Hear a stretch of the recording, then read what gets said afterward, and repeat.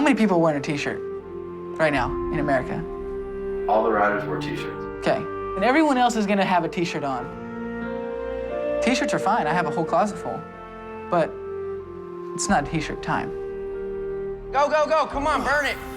Burn it, come on, quick. D, come on, off your knees, let's go. How are you supposed to walk in and be like, yes, I'm gonna work at it today and die? I want people to know, just to get a look at what drives you, what you're passionate about. What do you mean? I like dirt bike racing. This sport is vicious, you know. The saying is that you're only as good as your last race, and honestly, that's true. I just got tired trying to kill Barsha. Total front end cleanup. Oh, he's too mean or this and that, and that kind of just makes me want to even do it even more. You guys keep complaining, I'm just going to keep being even meaner. Something with your focus, like it's not there, huh? Your focus. That's a perfect word to describe where I was, and that was lost. I would hate to be another rider and know that I'm behind them coming into like the last 10 minutes of the race, because I know if I'm hurting, he's probably hurting twice as hard. With the 450 class established, the 250 class entered the scene. In this episode, we meet 250 West Supercross champ Jake Weimer, sophomore wild child Justin Barsha, and the eccentric Texan Blake Wharton. And later on this season, we follow the remainder of the 250 class, including Scottish-born rookie Dean Wilson, 2006 world champion Christoph Purcell, Colorado rookie Eli Tomac, 250 class veteran Oklahoma's Trey Kennard, and 2007 world champion Tyler Rattray. I was made for this, wasn't I?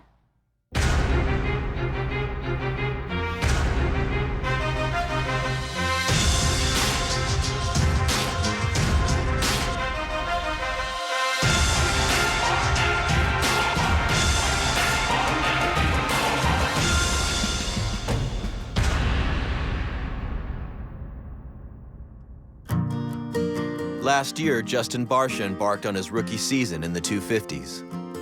Yeah, definitely last year, my first outdoor season, it was wild. It was crazy for sure. You know, we were traveling in the motorhome, me, my mom and dad. Not an ideal environment for a professional, but a sacrifice the Barshas made to stay within Justin's rookie salary and to keep the family together on the road.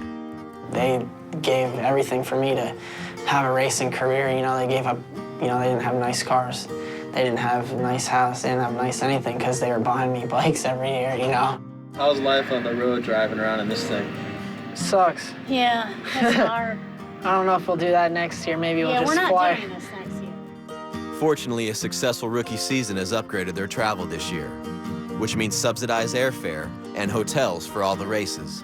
Coming in this year, we definitely want to do things different, and the team flew us to races, hotel, and it's just makes life a lot easier. When you look at the names, look here at the top 10. If this is how the stage is set, we are in for an exciting year of racing. We're here at Hangtown this morning. Justin's ready. He's got one outdoors under his belt. It's good. I think it'll be a good year. He's gonna get rocked. Yeah, definitely. Track's kicking him around. Oh, he almost just crashed. It's hard to watch sometimes. It's real rough. It looks like it could bite them at any time. And then you see his back end swapping, and I'm just like, oh my God. Just praying. Riders are purged now on the starting grid. You ready, Beaks? A little nervous. A little? I'm real bad.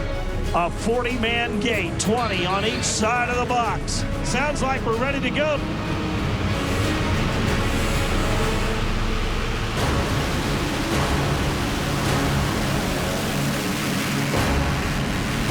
It's Kennard, followed by the 377 of Purcell. Here's the 19 of Searle, the 12. That's Jake Weimer. Do you see him?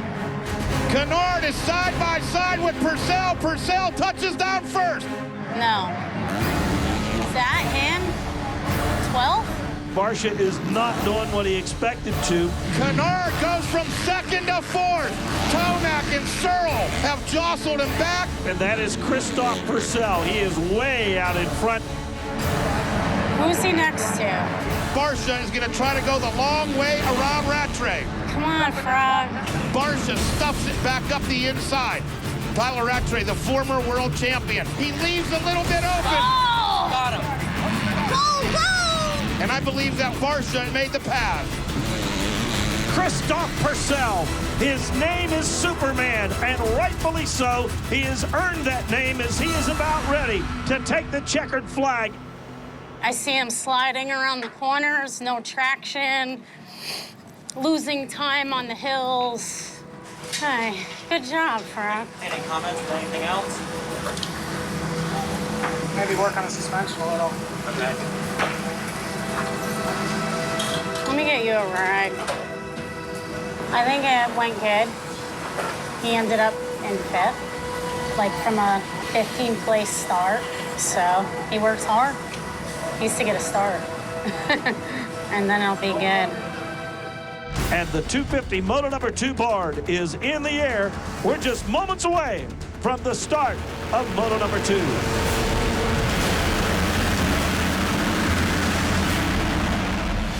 And it is indeed Hahn, followed by Kennard and Tomac. This sucks. And Barsha is deep in this field. All of a sudden, here comes Tomac.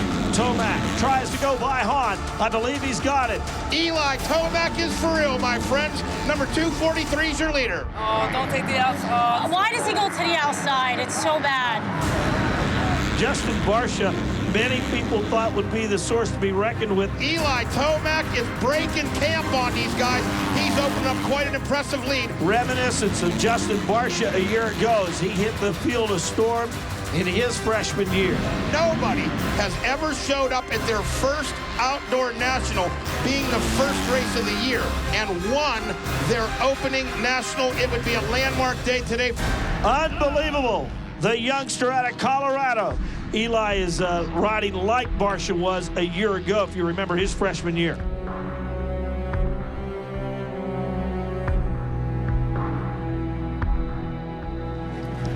So he'll be real happy when we get back. It looked like that you were sliding around the corners. Folks, will you please say hello to the winner of his first national ever, Mr. Eli Tomac. Corners felt fine. It was just the mud because they didn't really come into the corners. The back end was so hard. Yeah. And then I started getting edge. Justin is really not happy. I feel bad for him. I guess I'll have to work on some stuff on his bike to get it where he wants it so that he's comfortable. He said he was not comfortable. It's tough seeing someone on the team like, you know, winning, and then you're like, man, what, we have the same bike, we have the same everything. That guy's winning, but I'm not. What's going on? Just wasn't his race, I guess.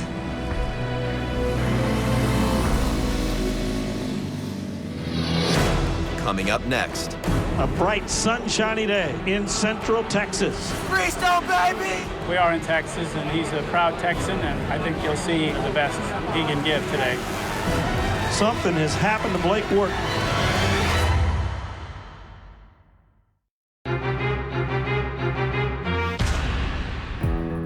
A lot of people are wondering how I got this hairdo.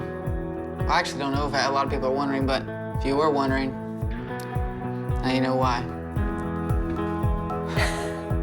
Who is this woman? Get her out of my house now! No, she's my mom. Like the Barshas, Blake Wharton was raised at the racetrack with his family by his side. Why do the parents need to be so involved in this sport as opposed to other sports?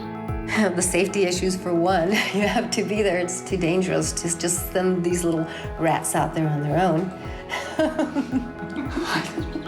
So you have to be involved that way, and then, I mean, traveling. You have to be involved. So much traveling, you have to go with them, and so that's where it starts. And before you know it, you're all into it. You're all part of it.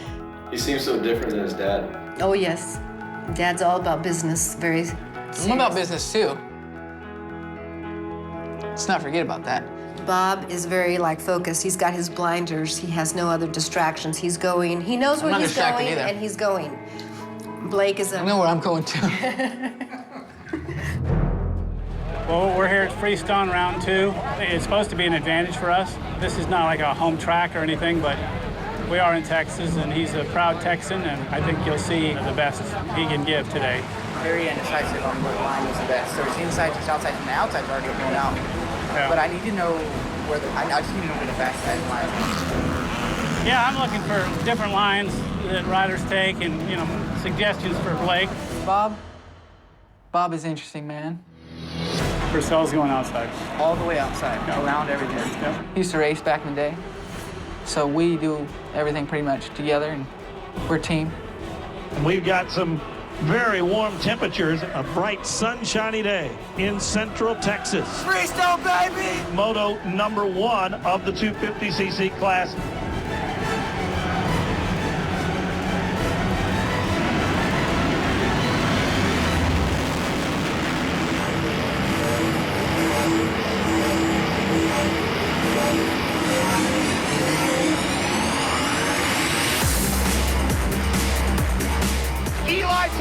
Showing you that it was no fluke 2 weeks ago at Hangtown. Seeley into the #2 position. Wharton now in 3. Here comes Purcell in 4. Blake Wharton, a local Texas rider. He is bringing home the mail now. Christoph Purcell has a little bit of clean air in front of him. He's starting to set sight after Blake Wharton.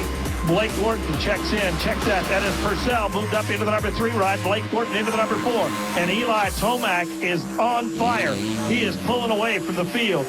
Blake Wharton in 4, but Blake has got company. Blake Wharton was running very strong and up front, now has his work cut out for him to salvage and a good overall finish on the day. And here comes the 377. He's going after Tomac right now. Purcell makes the pass. The checkered flag is out, so the Superman has come. He got a top 3 start, so I think it was good. I just don't think his speed was quite there. Got passed by a lot of people, but our goal was top 5, so we got a 7. So hopefully we can improve on that to second moto.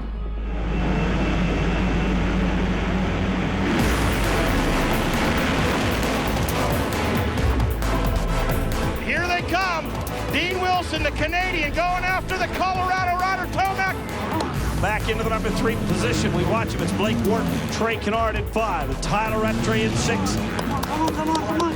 Wharton is just 2.5 seconds behind Dean Wilson. Wharton, a Texan, trying to put the hurt on him. You got to keep your eye on Tyler Rattray. He's starting to find some lines out there. Eli Tomac doing his best to serve notice that last week wasn't a fluke. Now Wharton into the #3 spot. Check that. Kennard into the #3 spot. Something has happened to Blake Wharton. They're kicking Blake Wharton's bike. Looks like he's going to pack it in Moto #2 after a stunning opening couple laps.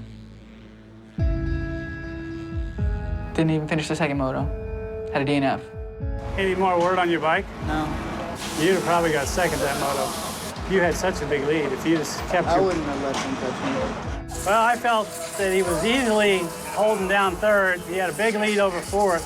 At least he showed top 3 speed today. Overall, it was a good day, and I'm just glad when I didn't see him on the track that it wasn't a fall. If his bike hadn't have broke and he'd had a different first moto, he'd have won the whole thing. An all-pro circuit Monster Energy Kawasaki podium here. It made me feel bad, real bad. I mean, all I could think of is when I didn't finish that race is Chuck Norris and George Bush were disappointed. That's all I could think about. Coming up next. In the first half of the season, I couldn't get starts, and I was just lost. Tough break for Weimer. He's been struggling a bit outdoors this year. He had a lot of pressure on as the Supercross champ. There's guys that are just, mentally, they're just not ready when the gate drops. And you're one of those guys right now.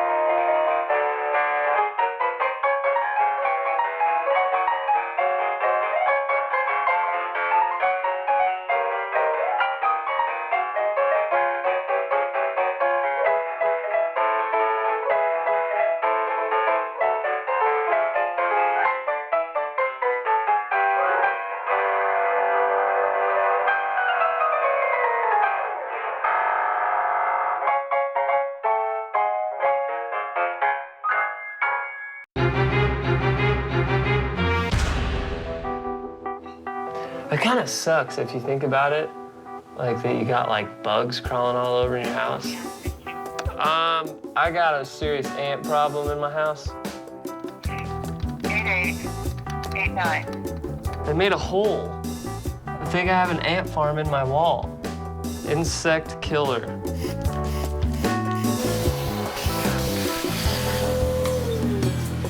Done deal, dude. For the last 12 years of his life, Idaho-born Jake Weimer had only one dream: to win a Supercross title. What I did to prepare for Supercross, whatever it was, what I did physically, what I did mentally, it worked. Jake is the 250 West Supercross champion. That was the goal since I was little, was to be a Supercross champion. I had been so focused on that one single thing for so long that once it finally did happen, it was weird because it was like, oh dang, like now what? Round 3, High Point Raceway. Well, obviously the Supercross season went really well. But coming into the Nationals, his expectations, our expectations, the team's expectations were obviously a little bit higher than where he's at right now. Weimer not having anywhere near the type of moto we had expected from him. Supercross was his first championship. When you go through something like that, and it's like a big weight lifted off of you, and you take a deep breath, and you almost kind of want to just chill for a while. To regroup from that in the 2 weeks that we had and be ready for the Nationals, and then everybody just comes out swinging. It's a difficult thing to do. Physically, you feel fine? Yeah. That's a perfect word to describe where I was, and that was lost. Well, Tim, we got the 250 motos on the line. We're about 5 seconds away. Well, let's go! Card sideways, the RPMs are up. Gates on the ground, here we go. It's gonna be Christoph Purcell grabbing the whole shot, and we've got a massive pile up with Jake Weimer. The first half of the season, I couldn't get starts, and I was just lost. Tough break for Weimer. He's been struggling a bit outdoors this year. He had a lot of pressure on as the Supercross champ. So there's the 377 of Christoph Purcell. Here comes the styler. Tyler Rattray going after him down the staircase. Tyler Rattray trying to scrape and climb his way back in the championship contention. And Blake Wharton, what a phenomenal ride for that rider. The 377 taking the Moto 2 win. Tyler Rattray checking in the number 2 spot. Blake Wharton will take the number 3 ride.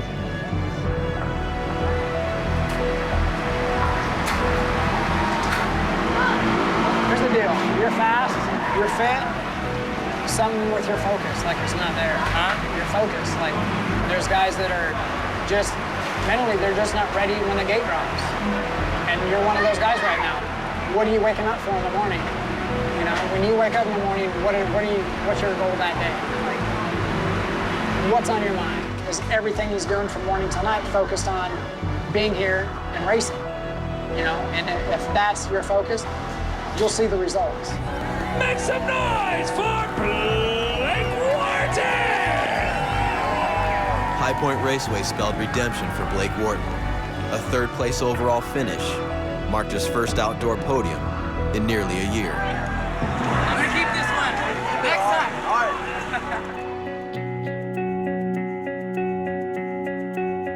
right. Blake is known as the watermelon man. This boy puts down the watermelons and is trying to grow watermelons all over Texas. It's true.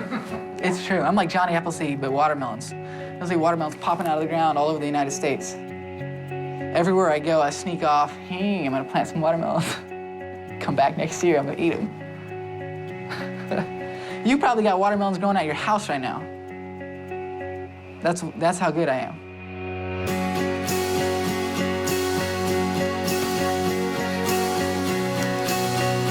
What I like about Blake and what I see about Blake and why I do focus so much time on Blake is because Blake wants to win. And Blake's gonna do whatever it takes to win. Come on, halfway. Push. He trusts me. He knows that I'm after the same goal he's after. Iron sharpens iron as another man sharpens another man. Who said that? God.